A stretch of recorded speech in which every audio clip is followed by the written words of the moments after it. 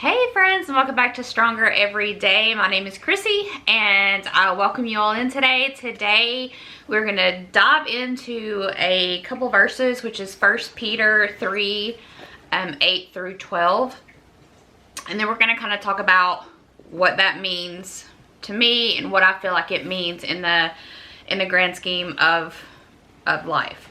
So the verse says, again, it's 1 Peter 3, 8 through 12. Finally, all of you should be of one mind, sympathize with each other, love each other as brothers and sisters, be tender-hearted, and keep a humble attitude. Don't repay evil with evil. Don't retaliate with insults when people insult you. Instead, pay them back with a blessing.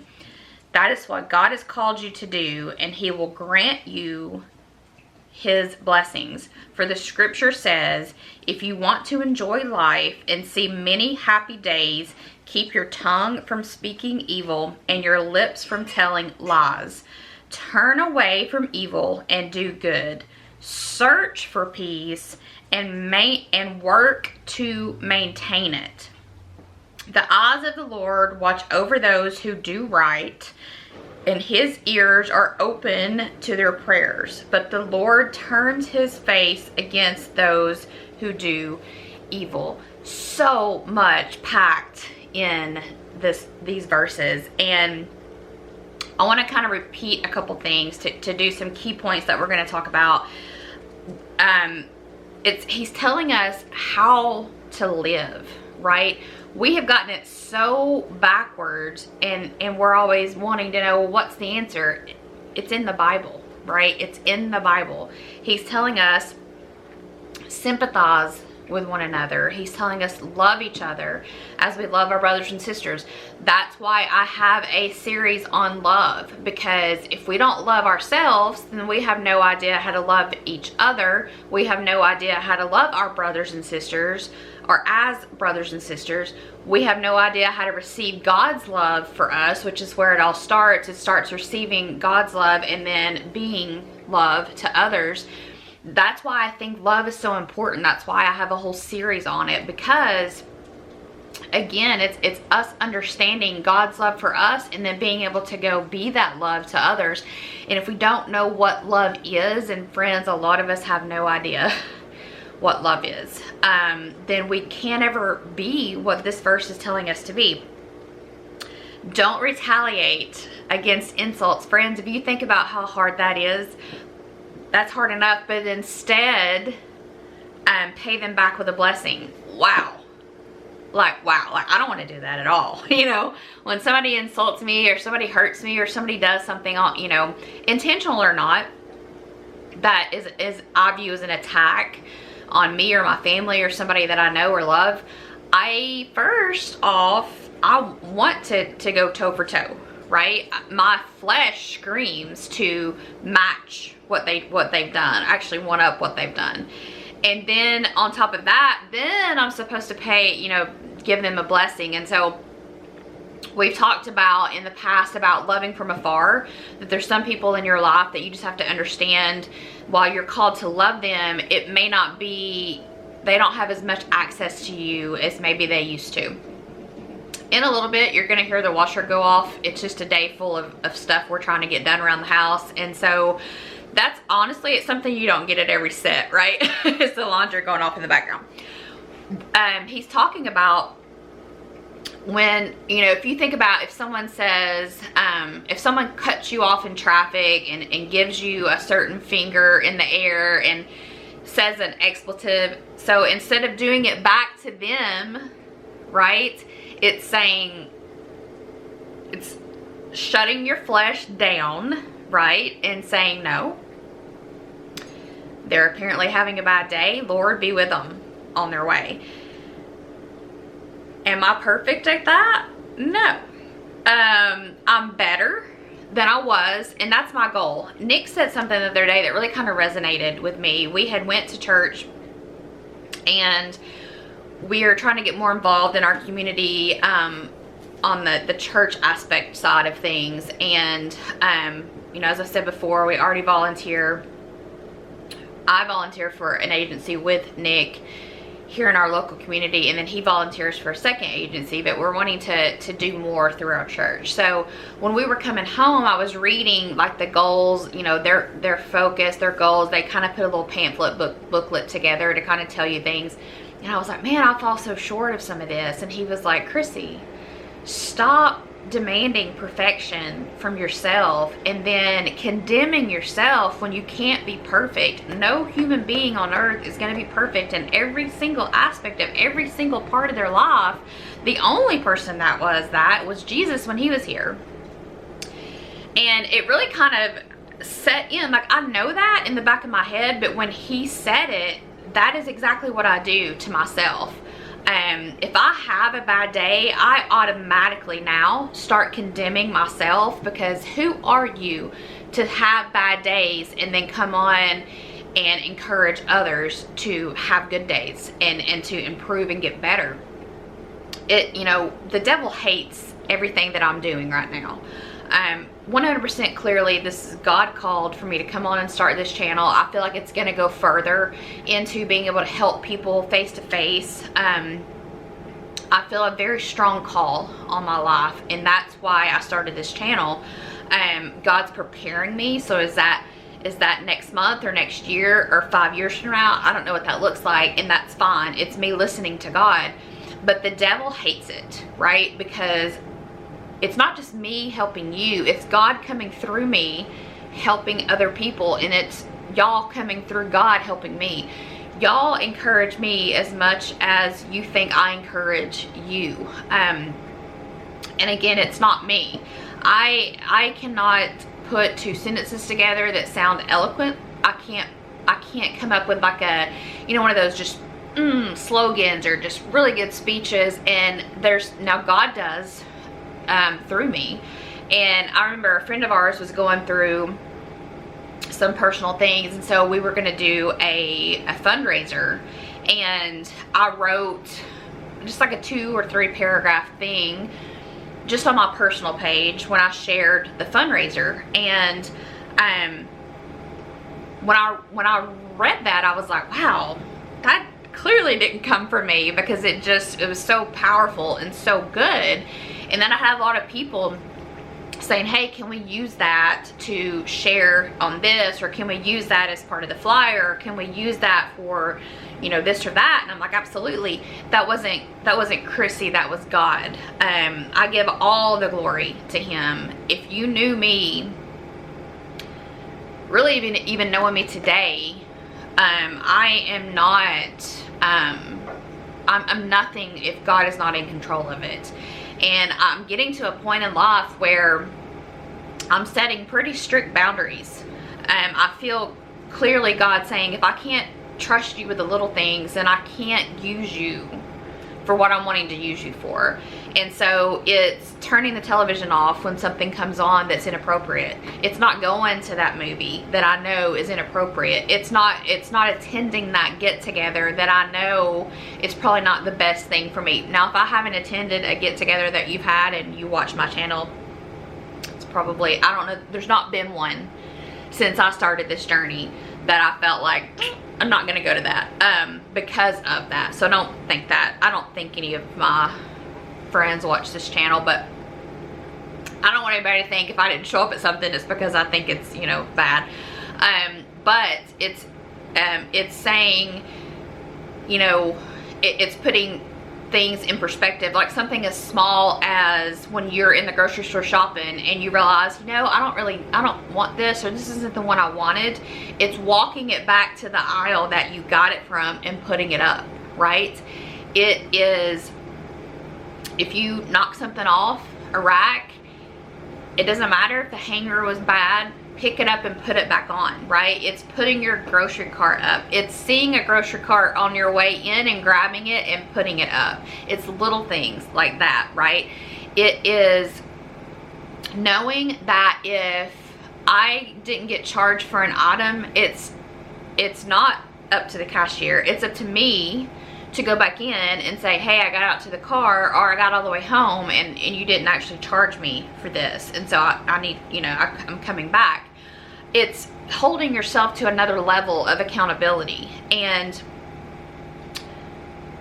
knowing that if I can't listen to the little things that God's telling me, then how can I do the big ones? And how I know it's God is, number one, I've learned his voice, which, to be real honest, sometimes sounds like my voice, but it's good things that I wouldn't normally think of in the flesh, right? So if God tells me to pay someone's electric bill, that's not Chrissy saying, hey, you know, you have a little bit of extra this month and they're really struggling, and so I want you to do that. And it's not having to think about it, it's him telling me and me doing it, right?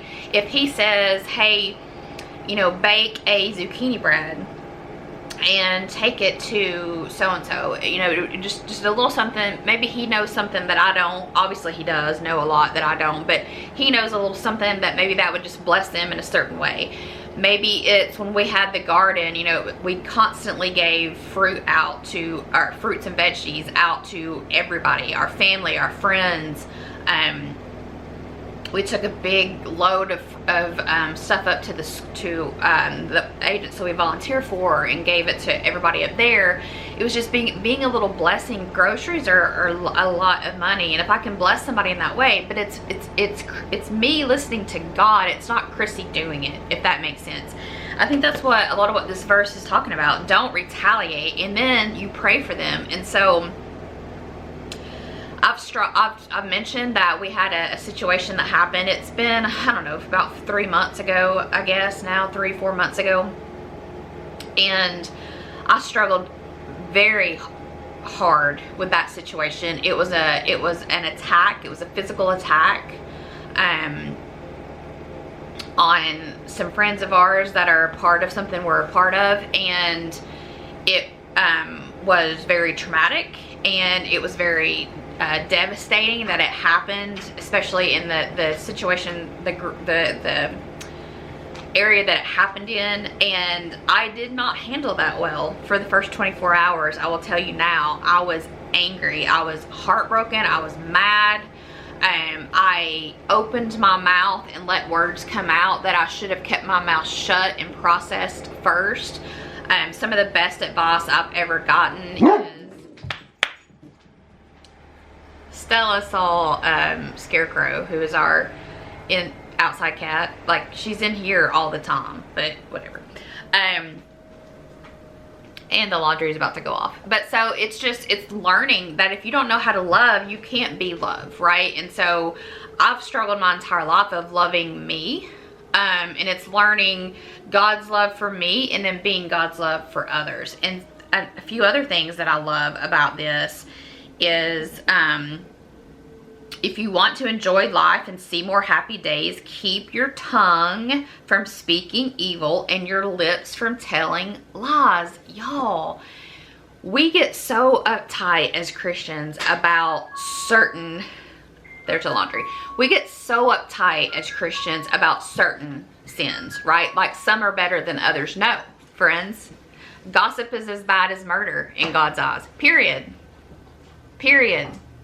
Mean-spiritedness, being judgmental, being hateful, being full of anger, all of those are just as bad as anything else. We want to talk about, well, you know, they are an alcoholic, and I mean, I just can't even with that, you know. And then their kid is on drugs, and who are they to think, you know, my kid would never do that. I would certainly never act that way. Friends, stop. You're just as bad as the person who is on drugs. When you're sitting there with a judgmental, condescending, mean-spirited heart, judging people that are sinning for no good purpose, right? So you are supposed to go to fellow believers with a godly heart, with no pride in your heart, and no I'm better than you in your heart. And if they're sinning, and talk with them, right? And then if they don't listen to that, take someone with you. And then if they don't listen to that, go before the church In a godly heart, you're supposed to do that. Not a condescending, judgmental, criticizing. One of my favorite things is you have people in your life, and sometimes we call them friends, that are purely there for knowledge and ammo, right? What can they learn from you, and how can they turn that into ammunition against you or whoever you're talking about? I talked with a friend the other day, and she was going through a situation. I said, you know, what I've learned in my life is this: I don't need to be in the room to defend myself anymore. I do not need to be there. If the person talking about me is talking negatively about me, they're not a friend that I need to have. And if I don't already know that, God will open my eyes to it. And if the person listening is accepting what they're saying and not defending me, then they're not a friend either, and God will cut them out of my life if I don't already know that. If I don't have somebody in the room that can stand up and say, hold up, that's absolutely not what she would say, not what she would do. Matter of fact, I'm going to call her and ask her about it. And then when they get the truth, then saying, this is the truth, and this is, you know, you need to go tell everybody that you've already told this story to. It's shutting down the gossip.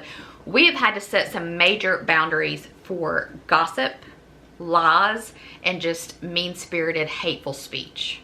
I don't allow myself, if it's a song on television or a movie or a conversation that is detrimental, that's ungodly, that is just 100% gossip, or is not something that is appropriate to be listening or seeing, I don't allow myself to listen to that music or watch that television show. I'm certainly not going to allow myself to sit in a function of either friends or family or acquaintances and listen to it there either. And so we've had to set some boundaries that's unacceptable. We're not going to listen to that. You don't understand. So I've heard you have like 70,000 thoughts a day, and some of them are yours, some of them are God's, some of them are the devil's, some of them are other people's that they put in your mind that God or the devil are using, right? And you think about what you're listening to and what you repeat, right? So if you hear something said and then you come home and you're talking to your spouse about it, and then you're ultimately gossiping about it. You know, I think we think, well, I didn't tell anybody except my spouse. Well, if you're talking about a situation that is gossip, it's still gossip regardless if you're talking to your spouse, your mom, your dad, whoever. That's how gossip starts. It goes from one person to the next to the next.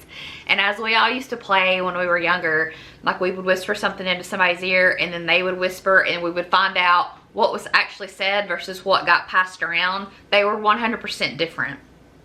So you think about how much gossip just deteriorates people's reputations, and that it's not even anywhere close to being true or accurate. And then we tend to say, well, I don't really like her.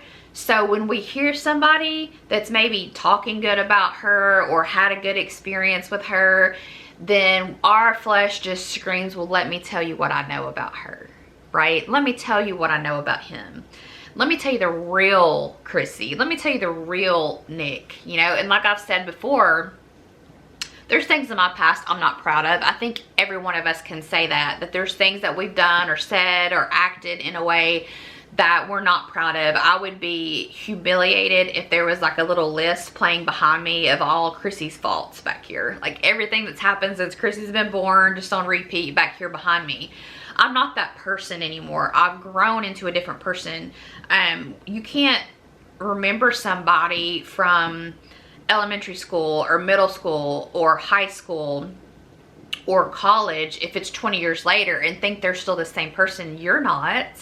So why would you think that they are? Now, sometimes people don't change, but a lot of times they do. I've changed in the past 18 months. It's been night and day difference in the past 18 months. So, you know, for me to say, now you don't always need to go into things blindly. If someone has stolen from you, if, you know, there's been infidelity in the marriage, if there's been drug use and drug abuse, or if there's been physical, emotional, mental abuse, then yes, you need to be cautious. You need to use godly wisdom on things like that. But at the same time, when you've not, you know, when you knew somebody even 5 years ago, they may or may not be that same person. Don't go in and then condemn their character. They're not that person forever, right?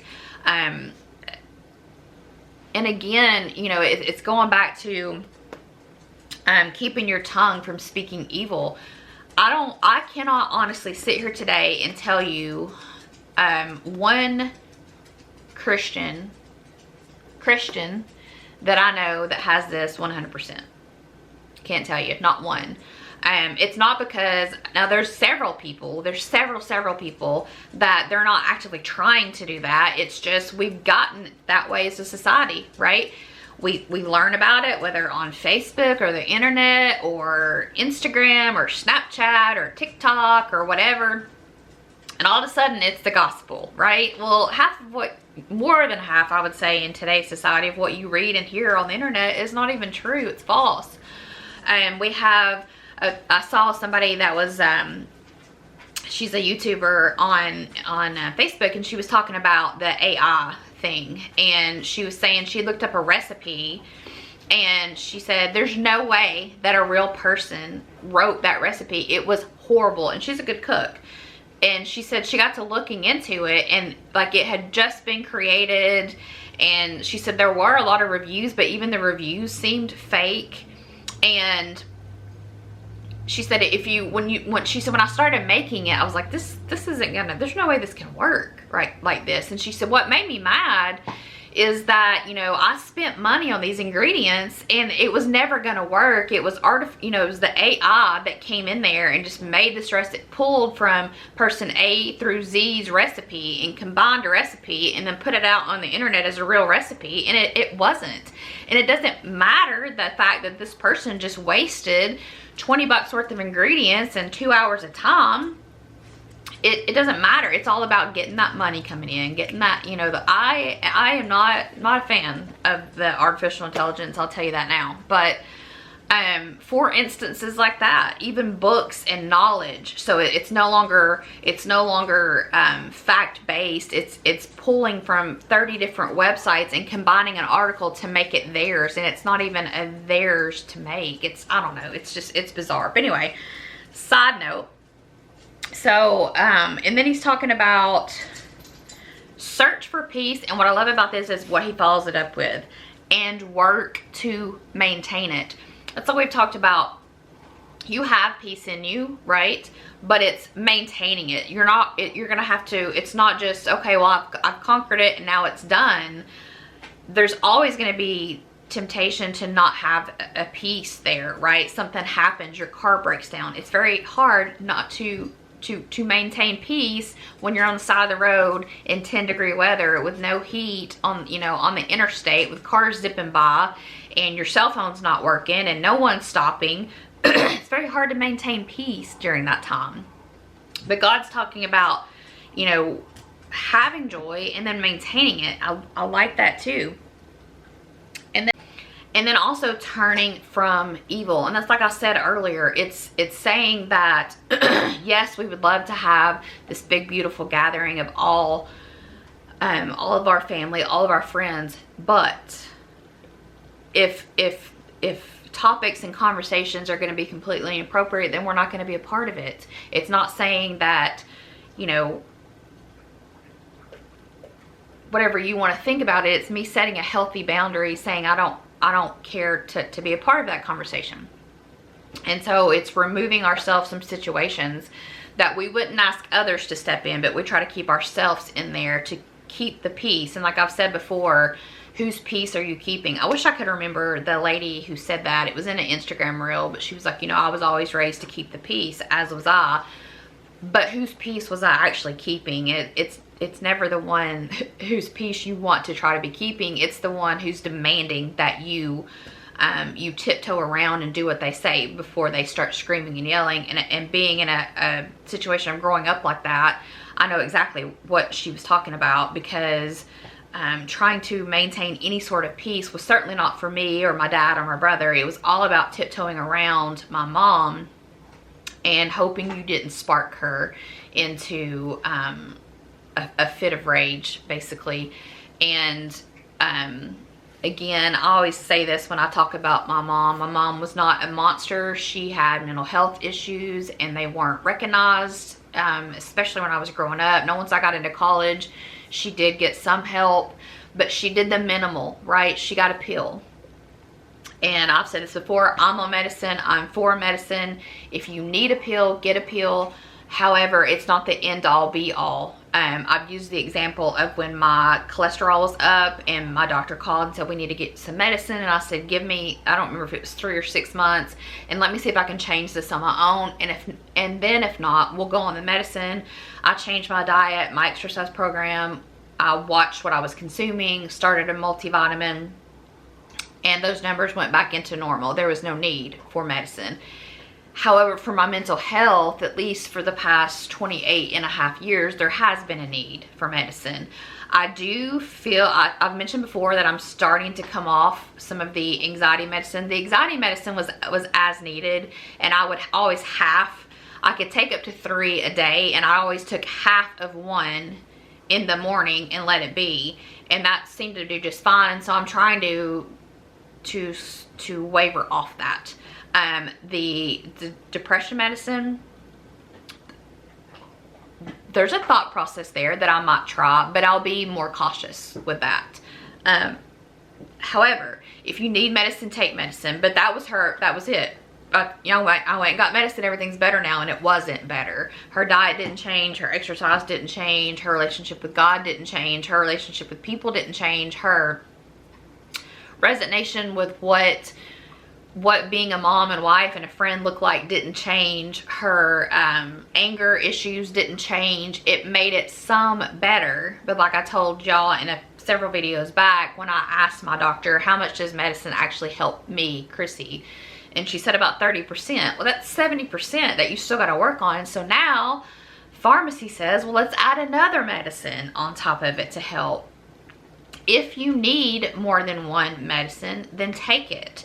But don't let that be your only means, right? If you've tried to change other factors and it's not working, then take the medicine. But I think we want it now, right?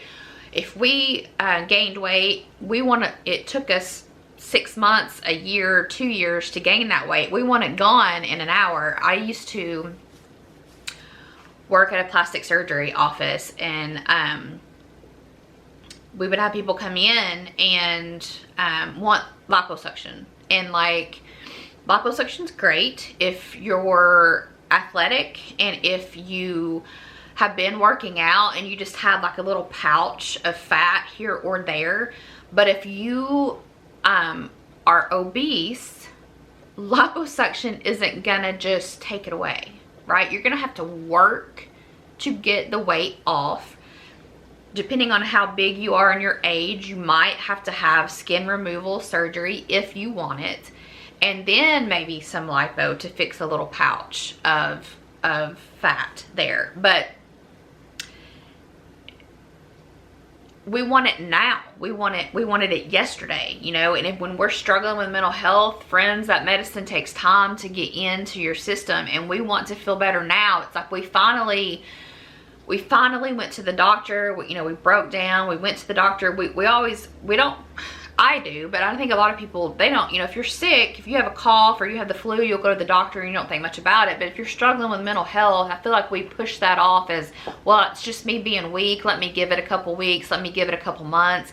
And then it takes a while to get into a doctor when you finally decide to go. And then the medicine takes time to get into your system. And so, you know, we wanted to feel better 3 months ago, but we've waited all this time. And so I encourage you to read that verse again. It's 1 Peter 3:8-12. Read those verses.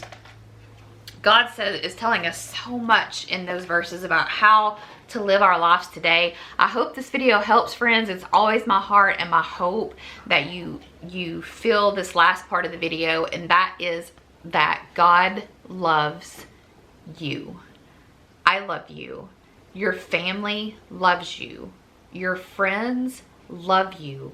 And we need you here. We'll see you in the next one, friends. Bye.